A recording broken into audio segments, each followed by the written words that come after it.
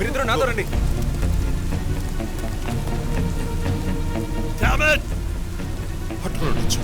Miss చేశాను.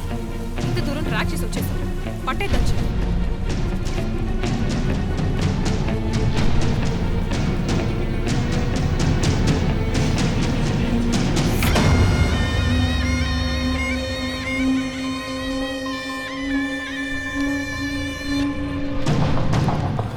Chief, మీరు లోపలికి వచ్చి చూడాలి. అక్కలేదు జో. లోపల ఎవరున్నారో నాకు తెలుసు. లాయర్ విష్ణు. ఆయన కిడ్నాప్ చేసి ఉంటాడు.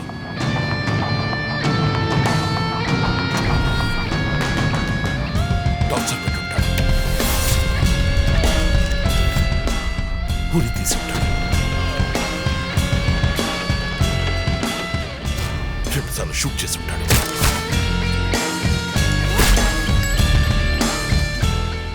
Police uniform.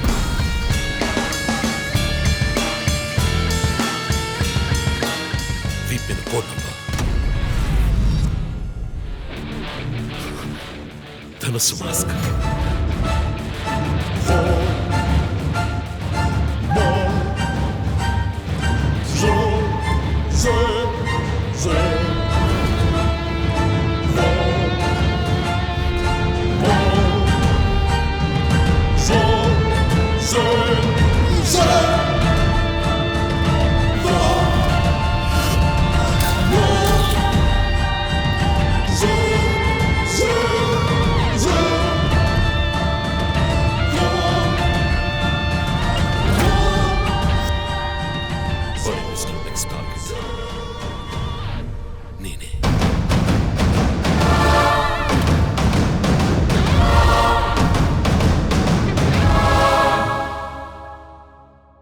మన టీవీ ఛానల్ చేసిన ఆన్లైన్ ఒపీనియన్ పోల్లో 3 హత్యలు జరిగినా ఎంతవరకు హంతకులను కనిపెట్టలేకపోవడం మన పోలీసుల అసమర్థతకు నిదర్శనమని 90% మంది ప్రేక్షకులు నిరసన తెలియజేస్తున్నారు.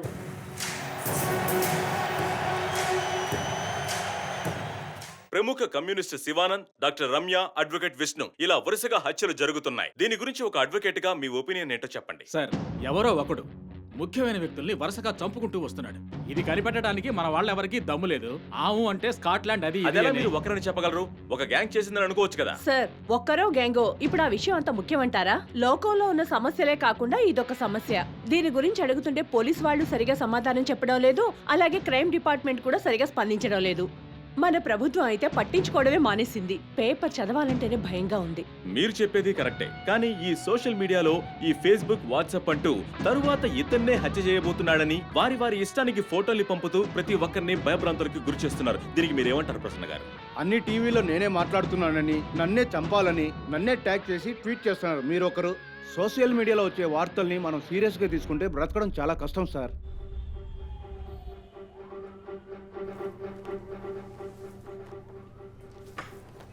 సో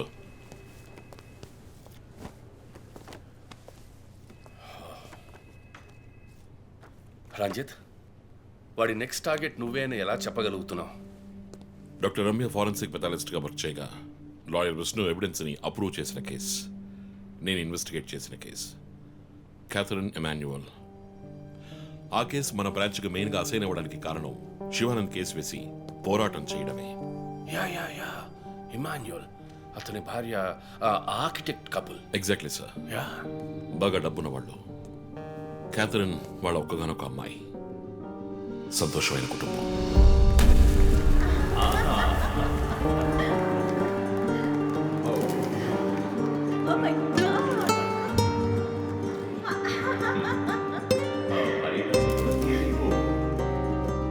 ఆ ఇంట్లో పనివాడు ఉండేవాడు, పేరు మరియదాసు. పనివాళ్ళ కాకుండా కుటుంబంలో ఒకడిగా కలిసిపోయాడు. వంట పని చేయడం, ఇంటి పని చేయడం, క్యాథరిన్ని స్కూల్కి డ్రాప్ చేయడం అన్నీ వాడే చూసుకునేవాడు.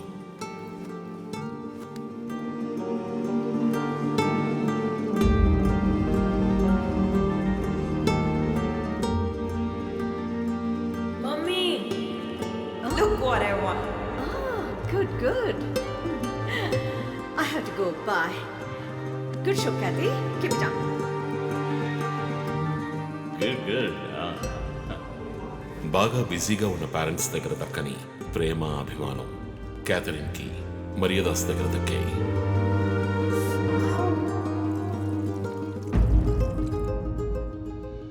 కానీ ఒక్క రాత్రిలో ఆ కుటుంబం చిన్నాభిన్నమైపోయింది. క్యాథరిన్ హత్యకు గురైంది. మరియదాసు పరారయ్యాడు. ఇంట్లో ఉన్న డబ్బు నగలు దొంగిలించబడ్డాయి. పోలీసులు మరియదాసుని సస్పెక్ట్ గా డిక్లేర్ చేసి కేసు ఫైల్ చేశారు. వారం అయినప్పటికీ మరియదాస్ ఆచూకీ తెలియనందువల్ల విక్టిమ్ ని పూడ్చిపెట్టి కేసు క్లోజ్ చేశారు. 2 వారాలు అంతా సద్దుమణిగింది. కానీ ఈ కేసులో ఏదో మర్మం ఉంది, నిజమైన హంతకుడిని కనిపెట్టలేదు అని మీడియాలో వార్తలు ప్రసారం అయ్యాయి. ప్రజలు ధర్నాలు చేశారు. మరియదాసు కుటుంబం శివానందని మీట్ అయ్యి రిక్వెస్ట్ చేసినందువల్ల హైకోర్టులో ప్రజా ప్రయోజన వ్యాజ్యం వేసి కేసుని రీఓపెన్ చేయించారు. హైకోర్టు ఆర్డర్తో ఒక స్పెషల్ ఇన్వెస్టిగేషన్ టీం నా నాయకత్వంలో ఏర్పాటైంది. నేను క్యాథరిన్ బాడీని ఎగ్జ్యూమ్ చేసి రీపోస్ట్ మార్టంకి ఆర్డర్ చేశాను. కానీ కేసు సాల్వ్ చేయడానికి ముఖ్యమైన ఎవిడెన్స్ అయిన మర్డర్ వెపన్ మాకు దొరకలేదు. ఒకరోజు I got the break through. Hello hello how are you? Fine. తీసుకోండి. No thanks. Can I go? Yeah sure.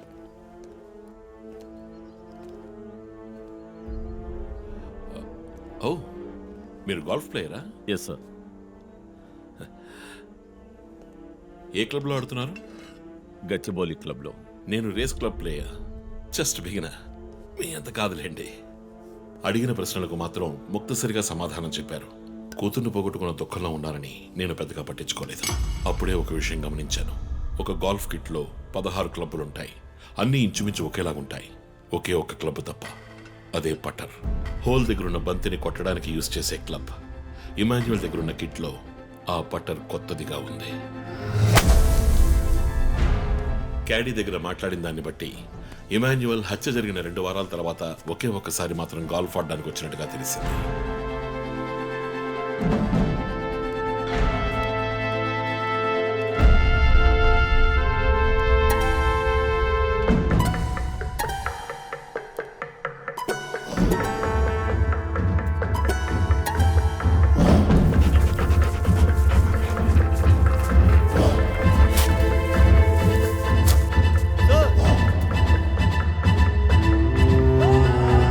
అనుమానం వచ్చిన చోట తవ్వగా దొరికిన గోల్ఫ్ పట్టర్ మేక్ ఫింగర్ ప్రింట్స్ బట్టి చూస్తే అది ఇమాన్యువల్ కి చెందిన మిస్సింగ్ పట్టర్ గా తేలింది. ఫోరెన్సిక్ ల్యాబ్ ఎగ్జామినేషన్ లో మేము వెతుకుతున్న మర్డర్ వెపన్ అదేనని నిర్ధారణ అయింది. డిఎన్ఏ రిపోర్ట్ లో 2 ముఖ్యమైన ఆధారాలు దొరికాయి. ఫస్ట్, క్రైమ్ స్పాట్ లో క్యాథరిన్ మాత్రమే కాదు, మరియదాసు రక్తం కూడా ఉంది. సెకండ్లీ, దొరికిన గోల్ఫ్ పట్టర్ మీద ఉన్న blood traces మరియదాసువి.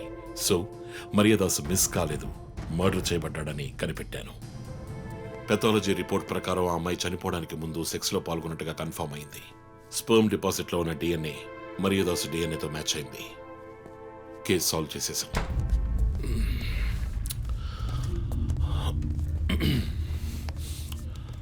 Post mortem report ప్రకారం మరియదాసే ముందు చనిపోయాడు. ఆ తర్వాతే మీ అమ్మాయి. మీ ఇంటి సీసీటీవీ ఫుటేజ్ పరిశీలించి చూడగా అనుమానాస్పదంగా ఎవరూ లోపలికి రాలేదు. కానీ ముఖ్యంగా మరియదాసు డెడ్ బాడీ మీ ఫామ్ హౌస్ లో దొరికింది. పార్టీ క్యాన్సిల్ అయితే ముందే చెప్పకర్లా? Big waste of time. ఛ. కొత్త కారులో టెస్ట్ డ్రైవ్ వెళ్ళామనుకుంటా పోలా. ఆ.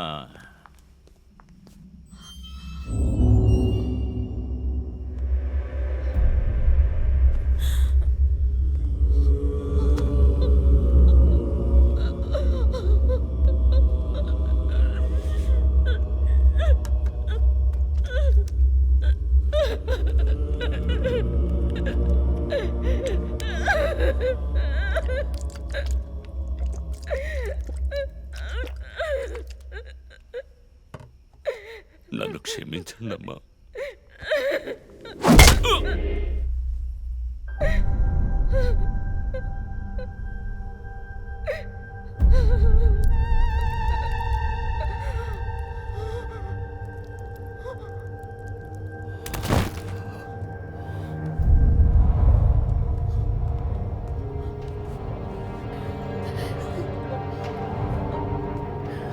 అమ్మా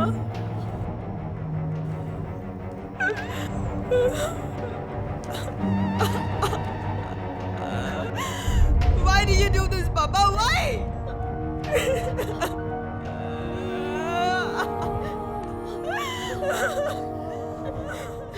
నీకేం తక్కువ చేశాం కదా? నీకేమైనా పిచ్చి పట్టిందా? చూడు, నువ్వు చిన్నపిల్లవి. నీ మంచి కోసమే చెప్తున్నాను. అంతా మేము చూసుకుంటాం.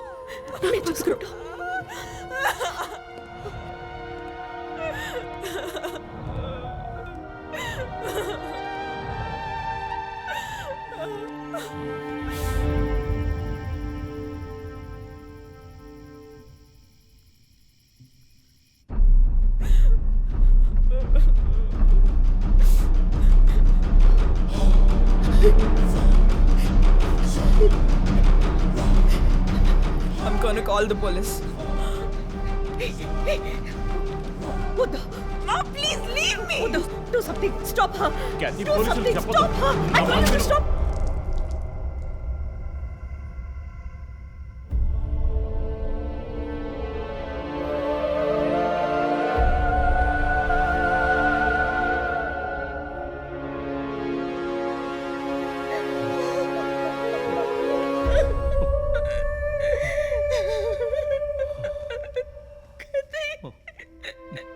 ఇమాన్యువల్ సొసైటీలో చాలా గొప్ప వ్యక్తి, హైలీ ఇన్ఫ్లుయెన్షియల్. ఆ హత్యని కవరప్ చేసి క్రైమ్ సీన్ క్లీన్ చేసేశారు. డబ్బు నగలు దొంగలించబడి క్యాథరిన్ హత్య చేయబడిందని కేసు క్లోజ్ చేసేశారు.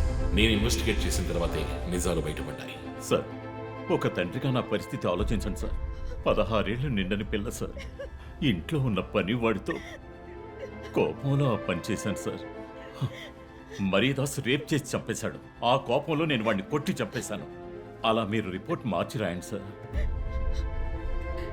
ఆల్రెడీ నా కూతురు గురించి ఏమేమి రాస్తున్నారో తెలుసా మీకు? టీవీ ఆన్ చేయడానికి భయపడుతున్నాం. రోజు మీడియాలో నా కూతుర్ని చూపించి రేప్ చేసినట్టు ఎలాంటి ఎవిడెన్స్ లేదు. వాళ్ళిద్దరూ ఇష్టపడే అలా నడుచుకున్నారు. అటాప్సీ రిపోర్ట్ క్లియర్గా చెప్తోంది. మీరిద్దరూ కలిసి ఎవిడెన్స్ని సప్రెస్ చేశారు. డాక్టర్ రమ్యతో కూడా దీని గురించి మాట్లాడాను. ఆవిడ కలెక్ట్ చేసిన డిఎన్ఏ ఎవిడెన్స్ చాలు మిమ్మల్ని కన్విట్ చేయడానికి. నేను డిఎన్ఏ రిపోర్ట్ మార్చి రాయిస్తాను. నాకు కనెక్షన్స్ ఉన్నాయి. అది నాకు వదిలిపెట్టండి. ఆ శాంపుల్ని బట్టి రిపోర్ట్ మార్చి రాయండి. మీకు ఎంత డబ్బు కావాలన్నా ఇస్తాను. ఇండియాలో, విదేశాల్లో. జస్ట్ అకౌంట్ నెంబర్ చెప్పండి. సార్, మేమిద్దరం సిటీలో లీడింగ్ ఆర్కిటెక్ట్స్. మా రెప్యుటేషన్ ఏం కావాలి? అవమానం sir. We have done right. Yeah, we are done. You have to face the consequences. నా దగ్గరే దాచిపెట్టారు కదా సార్. చెప్పకూడని విషయాలన్నీ చెప్పి ఇలా ఇరుక్కున్నారే సార్.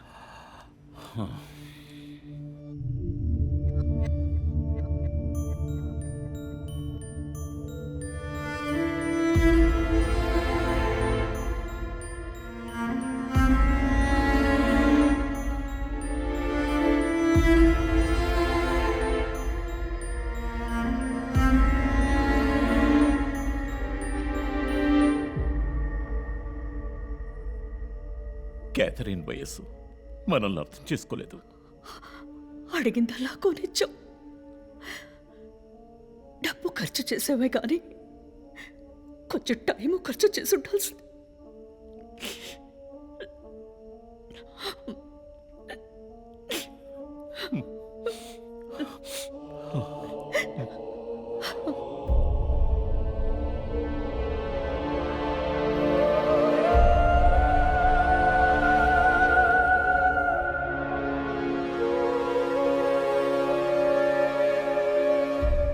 సో నీ థియరీ ఏంటి? శివానంద్, డాక్టర్ రమ్య, విష్ణు, ఆ తర్వాత నేను, మా నలుగురిని కనెక్ట్ చేసే కేసు ఇది. ఈ కేసు వల్ల బాధించబడ్డ ఎవరో ఒకరే సస్పెక్ట్. ఎవరు? ఆ కుటుంబంలో అందరూ చచ్చిపోయారు కదా. రిలేటివ్స్. వాళ్ళ చావు వల్ల బాధించబడ్డ ఎవరైనా ఒకళ్ళు. వాళ్ళు చచ్చిపోయి 3 ఏళ్ళు అయింది. ఇన్నాళ్ళు లేనిది ఇప్పుడు ఎందుకు జరుగుతోంది? I'm not convinced. Sir, investigation చేస్తేనే కదా sir. Ranjith, I'm sorry, I have to do this. ఇక నుంచి ఈ కేసు నేను తీసుకుంటున్నాను. మీరిద్దరూ నాకు రిపోర్ట్ చేయండి. Sir please sir. నువ్వు పర్సనల్ గా ఇన్వాల్వ్ అయ్యావు. నీ జడ్జ్మెంట్ సరిగ్గా ఉండదు. నీకు పార్కిన్సన్స్ ఉందని నా దగ్గర దాచడమే తప్పు. ఆ రోజు ఏమైనా అయి ఉంటే? సార్, నేను ఇన్వెస్టిగేషన్లో ఉండి తీరాలి సార్. ఉంటావు, కానీ ఫీల్డ్ వర్క్ లో కాదు. Vandana, I'm ready to meet the press.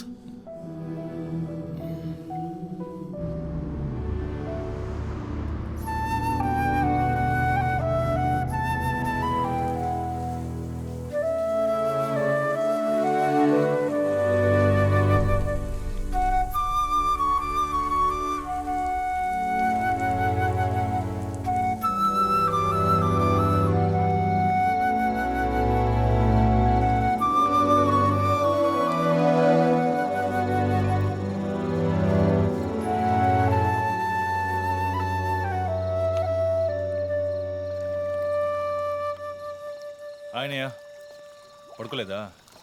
ఆ సీరియల్ కిల్లర్ కేసు నిన్ను పడుకోనివ్వట్లేదా? నువ్వే ఇంకా పడుకోలేదు? నాకు ప్రాజెక్ట్ రిపోర్ట్స్ తల బద్దలవుతోంది. నీకో సీరియల్ కిల్లర్ ఉన్నట్టే నాకు ఆఫీస్లో సీరియల్ కిల్లర్ ఉన్నాడు. ఎన్నో ప్రాజెక్ట్స్, డెడ్ లైన్స్. నీకు అప్లై అయ్యే లాజిక్ నాకు అప్లై అవ్వాలి కదా. ఏమిటో లాజిక్? నిద్ర రాకపోతే 4 పెగ్గులు కొట్టే లాజిక్.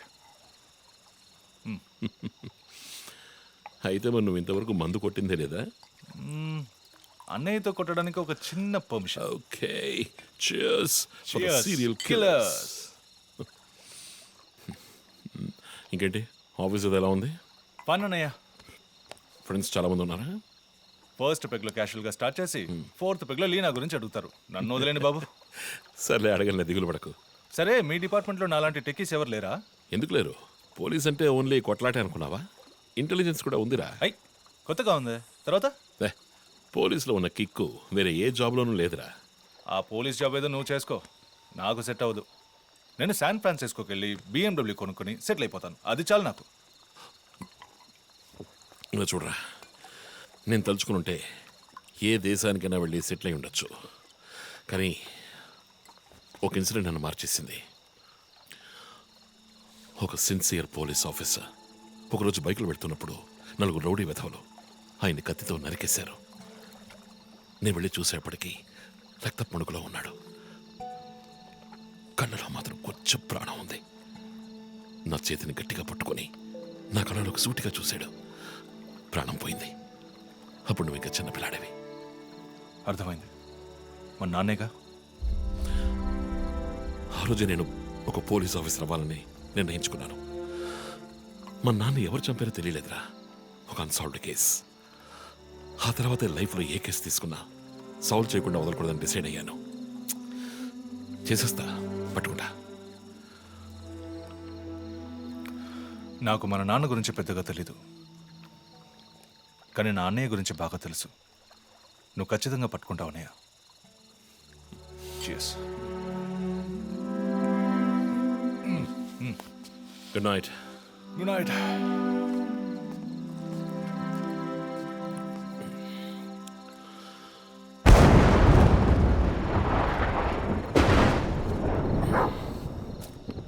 Okay,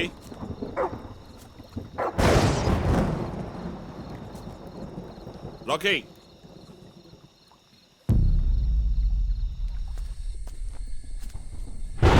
okay,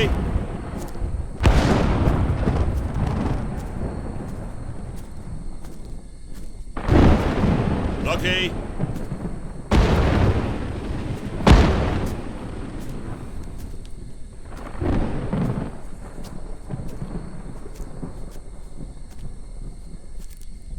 okay.